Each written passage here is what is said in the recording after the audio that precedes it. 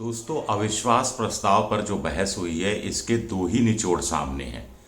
पहला, प्रधानमंत्री नरेंद्र मोदी क्या चुनाव हार रहे हैं, उनमें क्या चुनाव हार जाने की घबराहट झलक रही है। और दूसरा, क्या राहुल गांधी को हवा में जीत की खुशबू आ रही है।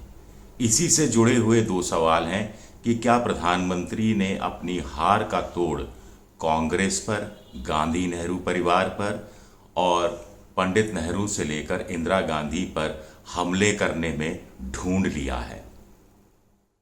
उधर क्या राहुल गांधी को लगता है कि 9.5 साल 10 साल की एंटी इनकम्बेंसी के बाद ज़रूरी हो जाता है प्रधानमंत्री नरेंद्र मोदी पर व्यक्तिगत तौर पर निशाने लगाना। तो इस नीति रणनीति की जंग में जीतेगा कौन। नमस्कार, मैं हूं आपका दोस्त विजय विद्रोही। आप मुझसे जुड़ चुके हैं, इसके लिए आप सबका तहे दिल से शुक्रिया। और अगले 4-5 मिनट लूंगा बस मैं आपसे। छोटा सा वीडियो है, पूरा देखिएगा और वीडियो पसंद आए तो लाइक कीजिएगा, सब्सक्राइब कीजिएगा, शेयर कीजिएगा, घंटी जैसी आकृति दबा दीजिएगा ताकि नया वीडियो आए तो आपको तत्काल नोटिफाई हो जाए। आप मेंबरशिप ड्राइव में भी जा सकते हैं। तो जैसे मुझे अभी पसीना आ रहा है वैसे ही प्रधानमंत्री को भी बहुत पसीना आ रहा है। प्रधानमंत्री को लग रहा है कि ये गोदी मोदी मीडिया जो भी सर्वे दिखाता रहे, लेकिन इन सर्वे पर कोई और यकीन कर ले तो कर ले, लेकिन मोदी जी शायद बिल्कुल यकीन नहीं कर रहे। उनको पता है कि खुश करने के लिए दिखाया जा रहा है। हालत पतली है, महंगाई है, बेरोजगारी है, अर्थव्यवस्था ठीक नहीं है। महाराष्ट्र में 2-2 पार्टियों को तोड़ लिया, फिर भी घर अपना मजबूत नहीं हो रहा है। बिहार टूट नहीं रहा है, झारखंड टूट नहीं रहा है, डीएमके वाली कहानी में दरार आ नहीं रही है, दक्षिण भारत का दरवाज़ा खुल नहीं रहा है, पश्चिम बंगाल में हालात ख़राब हैं, नॉर्थ ईस्ट मणिपुर के कारण जो जल रहा है उसके कारण नॉर्थ ईस्ट में हालात ख़राब हैं। मणिपुर में 2 महिलाओं को नग्न घुमाया गया, उस पर जो 100 दिन की खामोशी, 90 दिन की खामोशी रही, उसके बाद देश भर की महिलाएं नाराज़ हैं। बृजभूषण शरण सिंह महिला पहलवान, तो ये तमाम चीज़ें हैं जो मोदी जी के खिलाफ जा रही हैं। और ऐसे में उनको लगता है कि एक ही तोड़ है, बस एक ही तोड़ बचा है। देश की सारी समस्याओं के लिए गांधी परिवार को, कांग्रेस को जिम्मेदार ठहरा दो। पंडित नेहरू ने जो गलतियां की वो चुन चुन कर सामने लाओ, इंदिरा गांधी ने जो कुछ किया उसको चुन चुन कर सामने लाओ, और फिर बाकी का जो गुस्सा है, बाकी का जो सब कुछ है वो सोनिया गांधी, राहुल गांधी, रॉबर्ट वाड्रा और प्रियंका गांधी के सर पर डाल दो। आसान सा कि इससे देश की जनता इस गांधी नेहरू परिवार के खिलाफ एक मन ही मन एक जंग लड़ने में लगा देगी अपना समय जनता, और इसी पर केंद्रित हो जाएगी। और मोदी जी के 9, 9.5, 10 साल के शासन पर कोई सवाल नहीं उठाएगी। उपलब्धियों पर जो भी उपलब्धियां बता दी जाएंगी उन आंकड़ों पर संदेह नहीं करेगी।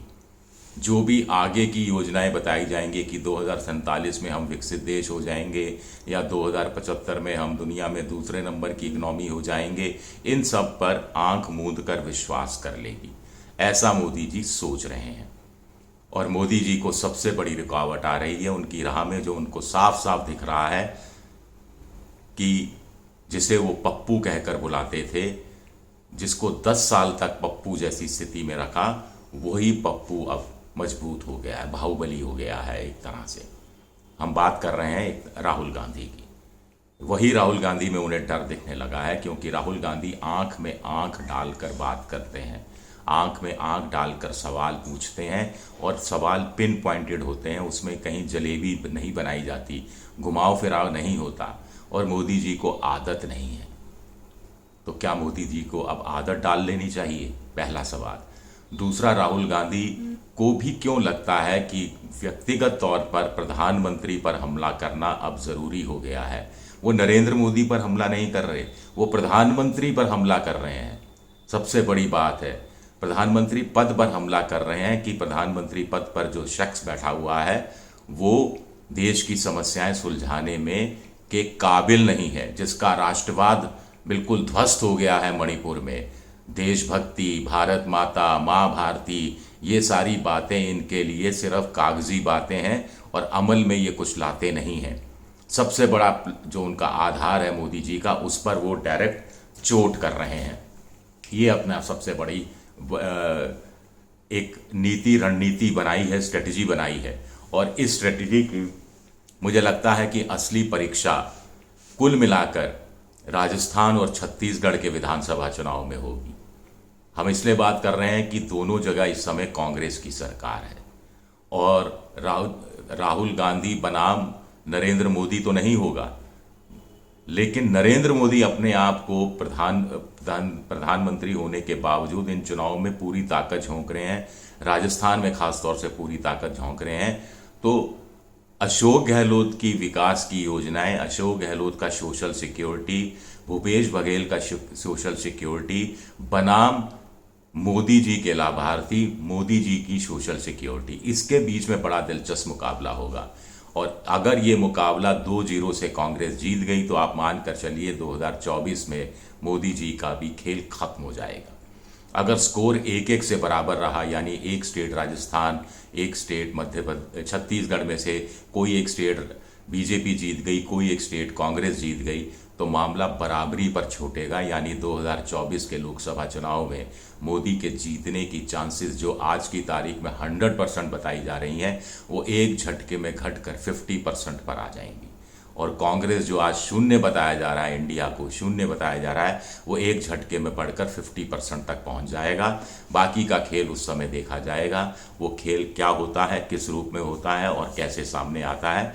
लेकिन मोटे तौर पर एक दिलचस्प मुकाबला हमें सामने सामने दिख रहा है। मुझे लगता है कि अविश्वास प्रस्ताव के ये मुख्य निचोड़ है और आने वाले वक्त में देखते हैं कि इसमें कैसे बदलाव आता है। मेरा वीडियो अगर पसंद आया तो एक बार फिर आपसे गुहार है कि लाइक कीजिए, सब्सक्राइब कीजिए, शेयर कीजिए और घंटी जैसी आकृति बेल आइकन दबा दीजिए ताकि नया वीडियो आए तो तत्काल आपको जानकारी मिल जाए।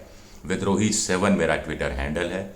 इंस्टाग्राम पर मैं विजय विद्रोही 7 के नाम से हूँ और फेसबुक पर मेरा पेज है विजय विद्रोही पेज। मुझसे जुड़े रहने के लिए आपका बहुत बहुत शुक्रिया।